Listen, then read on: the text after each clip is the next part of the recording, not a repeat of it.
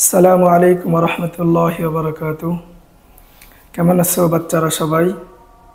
আমি আজ তোমাদেরকে ৮ নং লেসন প্ল্যানের পড়াগুলো বোর্ডে পড়িয়ে দেখাবো। তো এটা তোমরা সবাই ফলো করবে, তাহলে তোমাদের বাসায় পড়তে সুবিধা হবে। আজকে আমি তোমাদেরকে যে টপিকটি পড়াবো এটি হচ্ছে যুক্তাক্ষর। যুক্তাক্ষরের হরফগুলো আমরা আজকে শিখব। তো তোমরা সবাই মনোযোগ দিয়ে সামনের দিকে লক্ষ্য করো। এই চিহ্নটির নাম হচ্ছে এক দাঁত। তো আমরা তো সবাই জানি এটার নাম এক দাঁত। এক দাঁতের নিচে একটি নুক্তা দিলে কি হয়? বা হয়। এক দাঁতের নিচে উপরে একটি নুক্তা দিলে নুন।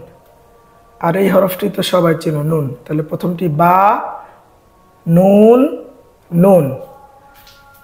তারপর এক দাঁতের উপরে দুইটি নুক্তা। কয়টি নুক্তা? দুইটি নুক্তা। এক দাঁতের উপরে দুইটি নুক্তা দিলে কি হয়? তা।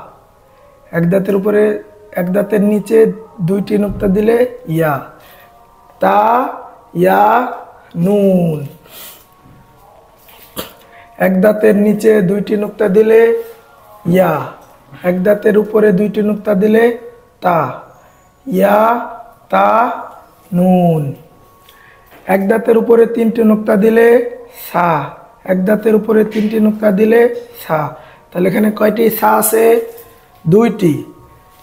সা, সা, নুন। এটার নাম হচ্ছে হায়ের মাথা। যেহেতু এখানে মোরাক্কাব হয়েছে এই জন্য হায়ের মাথা বলা যাবে না, এটার নাম হা। আর এটার নাম হচ্ছে সা।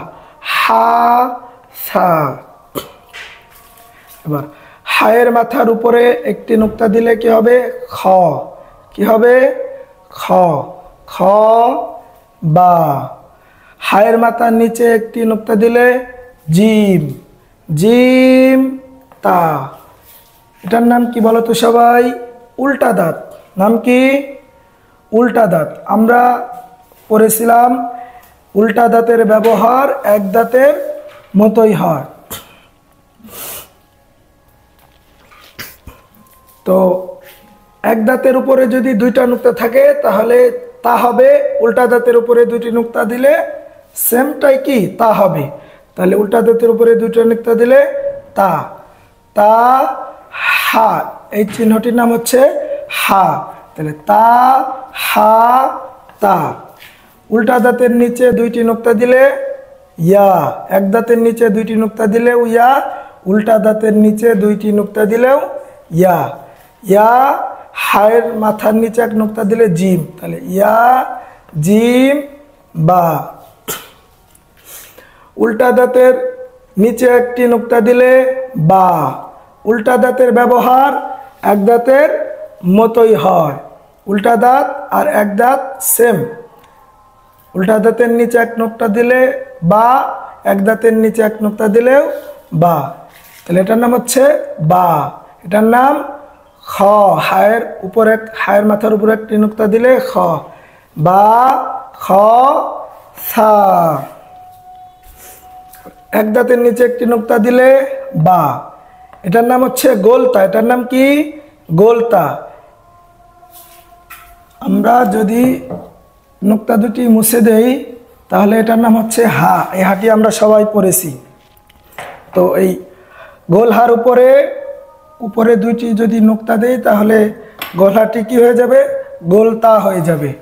তাহলে এটার নাম বা, এটা গোলতা। এটার নাম ইয়া। এক দাঁতের নিচে দুই নুক্তা দিলে ইয়া। এটার নাম হা। আর এই হার উপরে যদি আমি এখানে দুইটি নুক্তা দেই তাহলে কি হবে? গোলতা। নুক্তা যদি মুছে দেই তাহলে গোল হা। ইয়া, হা। ইয়া, হা, বা। বা, হা, আলিফ। বা, হা, আলিফ। আলিফের বাম পাশে এখানে যদি কোনো হরফ মোরাক্কাব হয়, আলিফের বাম পাশে এখানে যদি কোনো হরফ মোরাক্কাব হয়, ধরো ওয়াও মোরাক্কাব করলাম, তাহলে এটার আলিফ থাকবে না। এটা কি হয়ে যাবে? লাম হয়ে যাবে। কি হবে? লাম। আর যদি বাম পাশে কোনো হরফ মোরাক্কাব না থাকে তাহলে এটার নাম আলিফ। বুঝতে পারছো সবাই? তাহলে এটার নাম বা, হা, আলিফ। এটার নাম হচ্ছে এক দাঁত। এক দাঁতের নিচে আমি একটা নোক্তা দিলে কি হবে? বা। এটার নাম হা, বা, হা, মিম, বা, হা, মিম। এটার নাম বলো তো কি? অনেকেই ভুলে বলে আলিফ বলবে, কিন্তু এটা আলিফ না, এটা হচ্ছে লাম। এই চিহ্নটির বাম পাশে হরফ মুরাক্কাব হয়েছে। যদি এই পাশে হরফ মুরাক্কাব হইতো তাহলেও লাম হতো, কারণ বাম পাশে হরফ কি? মুরাক্কাব হয়েছে। বাম পাশে আইন হরফটি কি? লামের সাথে মুরাক্কাব হয়েছে, এজন্য এটা লাম। যদি এখানে মুরাক্কাব না হতো তাহলে এটাকে আমরা কি? আলিফ বলতে পারতাম, কিন্তু যেহেতু মুরাক্কাব হয়েছে বাম পাশে, এজন্য আর আলিফ থাকবে না, এটা কি হয়ে যাবে? লাম হয়ে যাবে। তো এটার নাম লাম আইন। এটার নাম কি বলতো? আইন। লাম আইন লাম কাফ, লাম আইন লাম কাফ। এটার নাম জিম। হায়ের মাথার নিচে একটি নোক্তা দিলে জিম। এটার নাম কি বলতো? আইন। এটার নাম কি? আইন। জিম, আইন, লাম, নুন। এখানে একটা বিষয় লক্ষ্য করো, যদি আমি এখানে মাঝখানে মুছে দেই তাহলে এই চিহ্নটি কি হয়ে যাবে? আলিফ হয়ে যাবে। জিম আইন আলিফ, জিম আইন আলিফ। আর যদি এটি মুরাক্কাব হয়ে যায় তাহলে আর আলিফ থাকবে না, তখন কি হয়ে যাবে? লাম। জিম আইন লাম নুন। এটার নাম নুন। এটার নাম আইন। নুন আইন মিম তা। এটার নাম কি বলতো? মিম। এটার নাম কি? মিম। নুন আইন মিম তা। এটার নামও মিম। এটার নাম কি? মিম।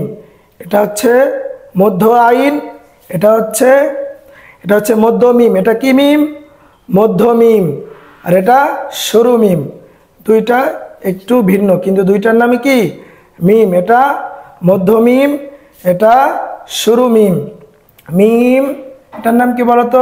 গোল মাথার উপরে একটি নোক্তা দিলে কি হয়? ফা। তো এটার নাম কি? ফা। মিম ফা। এটার নাম ত। মিম ফা ত আইন।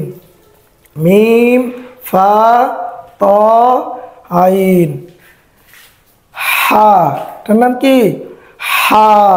এটার নাম জিম। হা জিম। এটার নাম হা। হা জিম হা। সুপ্রিয় শিক্ষার্থী ও অভিভাবকবৃন্দ, আপনাদের সবাইকে অসংখ্য ধন্যবাদ যারা ভিডিওটি সম্পূর্ণ মনোযোগ দিয়ে দেখেছেন এবং শুনছেন। আমি অভিভাবকদের দৃষ্টি আকর্ষণ করব, আপনারা ভিডিওটি খুব মনোযোগ সহকারে দেখে বাচ্চাদেরকে বাসায় প্র্যাকটিস করাবেন। তাহলে আশা করছি ইনশাআল্লাহ ভিডিওটি দেখে অনেক উপকৃত হবেন। এবং যদি কোথাও কোনোটা বুঝতে সমস্যা হয় তাহলে আমার সাথে যোগাযোগ করবেন হোয়াটসঅ্যাপ নাম্বারে, বা ইউটিউব চ্যানেলের কমেন্ট বক্সে কমেন্ট করবেন, আমরা জানিয়ে দেব। এই বলে আজকের ক্লাসটি শেষ করছি। ধন্যবাদ। আসসালামু আলাইকুম।